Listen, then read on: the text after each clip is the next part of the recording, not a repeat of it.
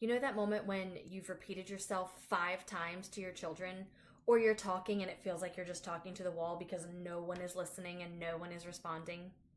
You start to feel that frustration building, your voice gets louder, and before you know it, you're yelling, you're whipping out a random bribe, you're threatening for them to listen. But I'm going to tell you, you do not have to resort to those strategies in order to be heard.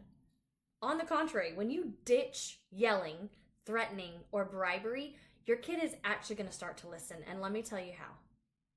First, you're going to focus on connection over control, because when your child feels heard and understood, they care enough to listen.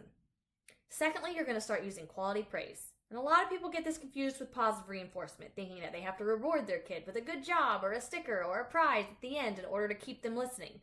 No, we're not falling into that trap, okay? We can give our children quality praise that reinforces their work ethic as opposed to making them dependent on rewards.